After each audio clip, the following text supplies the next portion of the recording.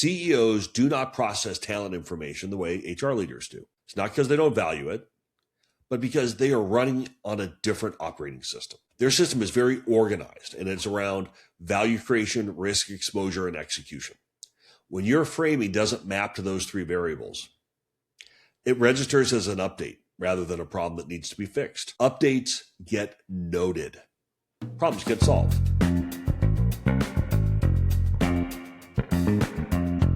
Hey there, senior leader, and welcome to the Talent CHRO podcast. This is where senior leaders come to rethink how human capital really works. I'm your host, Jackson Lynch, and today we're going to talk about one of the highest leverage and most underdeveloped skills in the CHRO toolkit. That's how to speak CEO-grade language when you're framing business problems and solutions to your CEO and your board.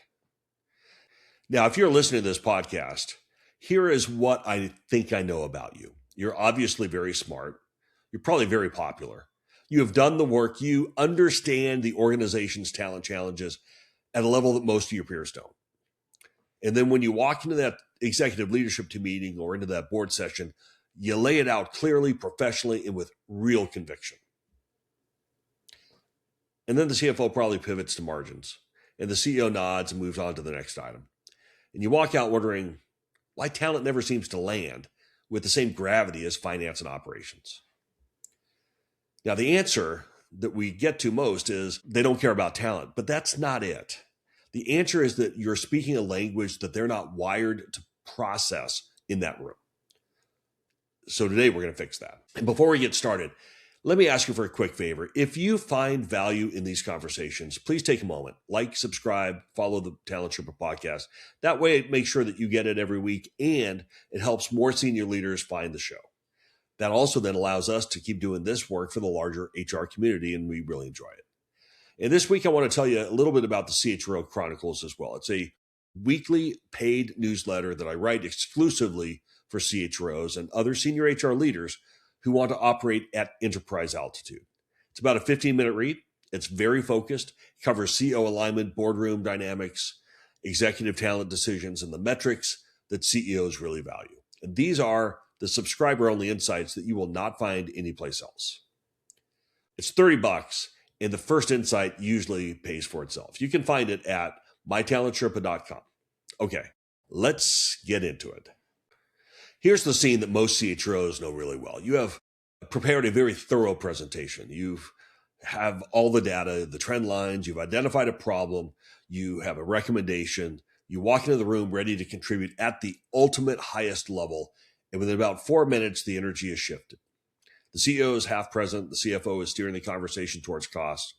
A business unit leader checks their phone, and the moment passes. And it's not because the problem isn't real. The attrition in your top commercial talent is, in fact, a big deal. The succession gap at the VP level is, in fact, real. The leadership capability shortfall that's going into transformation is, in fact, real. These are enterprise-level problems. You've done a really good job of identifying them, and they have enterprise-level consequences. The issue is framing. You walked in speaking HR. Now, here's what that looks like in practice. A CHRO that I was working with, a mid-sized technology company, was flagging a very serious retention risk in the organization tied to engineering. She had the data. She had shown the turnover rates. We had really focused in on helping her to understand some of the root causes that were there. There was a compensation benchmarking exercise, maybe a focus on clarity for the managers involved. Those were her solutions. And she got done, and the CEO thanked her and then moved on to the next agenda item. Then 6 weeks later, 3 senior engineers left for a competitor. The product roadmap slipped by a quarter. A late product meant a missed contract renewal. And now the CEO is fully engaged. The conversation shifted from retention to revenue impact. The structural problem that she had been describing in the executive meeting was identical to the problem that they were now managing in the postmortem. What changed wasn't the problem. What changed was the translation.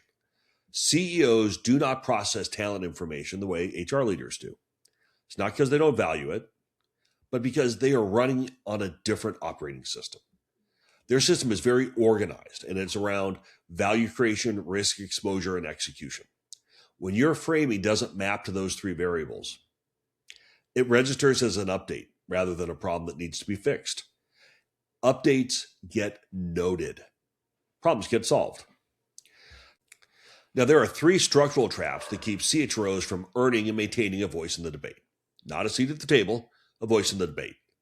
That distinction matters because seats are assigned, participation.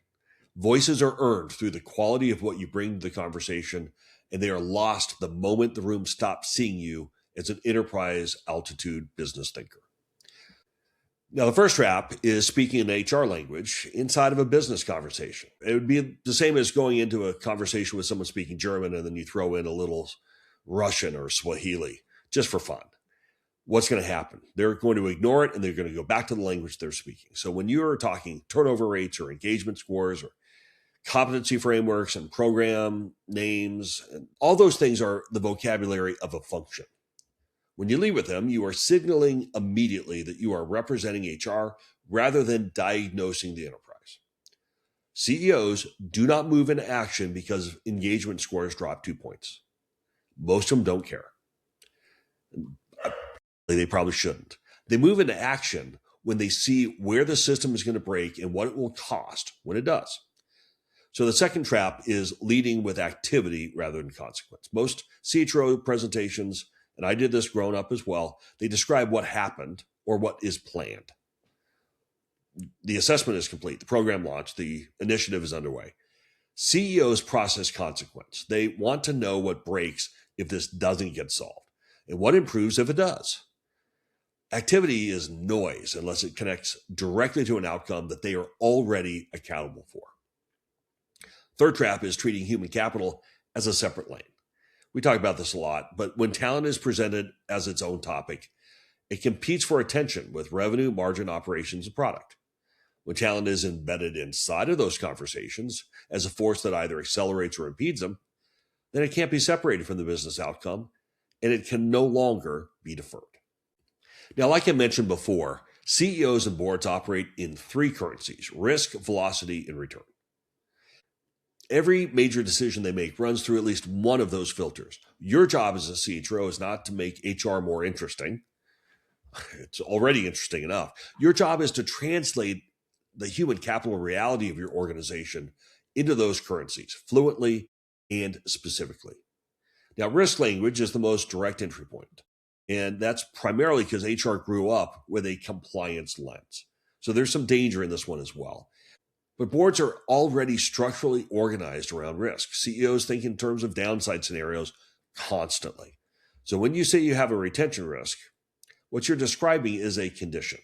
When you say you have a $35 million execution risk sitting in a 3-person dependency on your commercial leadership transition, well, now you're describing a situation, a scenario the CEO is already responsible for managing. The question that unlocks risk language is this: what breaks and what does it cost when it breaks? See the difference? Now, velocity language is the second currency. CEOs are wired to think about speed, time to market, decision cycle time, competitive response windows. When talent problems create organizational drag, they show up in the business timeline, whether or not anyone names them. Now, a CHRO who can say that the current time to fill in 3 pivotal roles is adding 11 weeks of execution lag to the product roadmap is not describing an HR process anymore. She's describing a competitive risk with a number and a deadline attached. And return language is the third currency. Capital allocation is how CEOs think. Every dollar and every unit of leadership attention has alternate use. It's the opportunity cost. When you can frame talent investment as a return decision with clear assumptions about what the organization gets and when, then now you're operating at the same altitude as the CFO. The question that unlocks return language is this: what is the enterprise producing with its current leadership configuration, and what could it produce with a different one? That reframe is structural. It's not just stylistic. You are not adjusting your vocabulary to sound more like a business person. You are diagnosing human capital conditions at the altitude where they actually live, inside the business system, not alongside it. So you might be wondering, how the heck do I do it? Well, here are 4 plays that can change how you show up in executive conversations.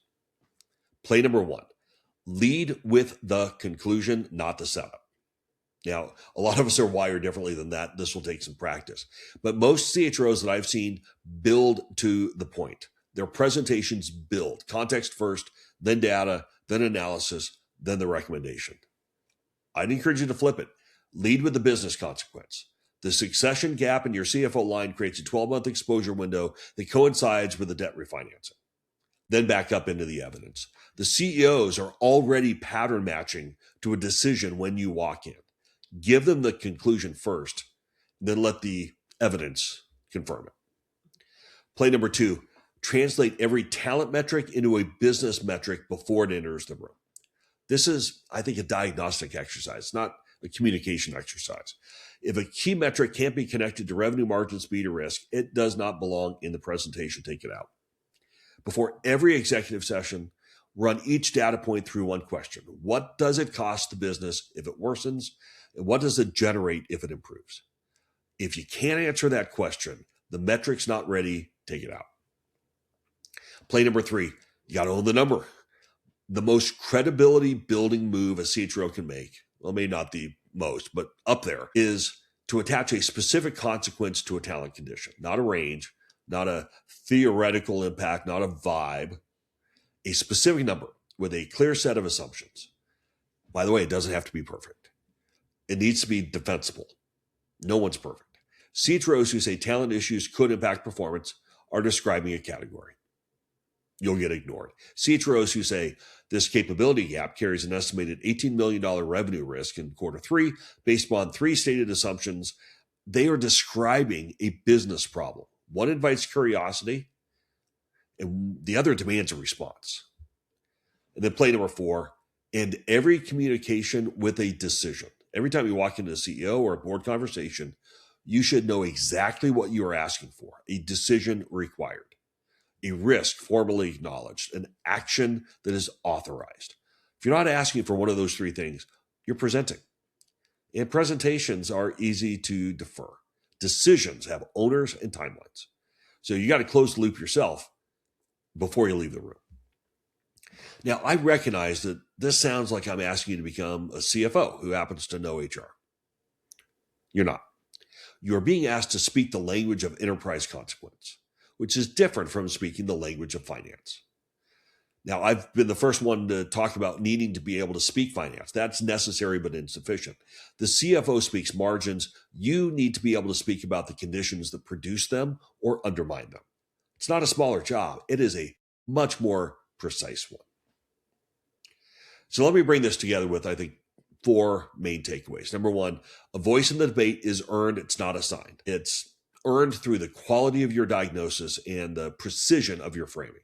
Clarity is how you earn it and how you keep it. Number 2, CEOs operate in 3 currencies: risk, velocity, and return.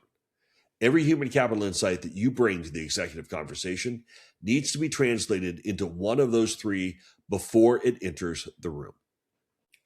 Number 3, rip up your old presentations and lead with the conclusion. Give the consequence first, then the evidence. CEOs are already processing towards a decision. Help them get there faster. Number 4, every executive communication in a formal way ends with a decision requested, a risk formally acknowledged, or an action authorized. If you leave without asking for one of those 3, you've presented. You've not led. If there's one thing I want you to carry away from this episode, it's this. The translation of human capital reality into business consequence is not a soft skill. It's not one that anyone has taught you how to do. It is your primary strategic function as a CHRO. And no one else in the room is going to do it for you. So thank you for spending some time with me today. I really appreciate you being a part of this community of senior leaders who want to rethink how human capital really works. Shout out this week to Maria from Charlotte, and thank you for listening, whether you're tuning in from Denver, Colorado, or Edinburgh, Scotland. You know what? This is a community that keeps growing, and that is because of you. Sorry for the bad Scottish accent. Now, if you are thinking about how to apply this to your own situation, let me point you to a couple different resources. If role clarity is where you want to start, and it should be, check out getpropulsion.ai. They have AI teammates that enable your leadership to focus on the work that actually drives business outcomes. And if you're a first-time CHRO or you're preparing to step into that role, I'd love to work with you. We've built a handful of different products for you, and you can figure out how to make an impact from day one. You'll find everything over at mytalentsherpa.com. And if you want to read a little bit, the best-selling talentsherpa.substack.com. So until next time, keep raising the bar. Keep translating human capital into enterprise language, and keep on climbing.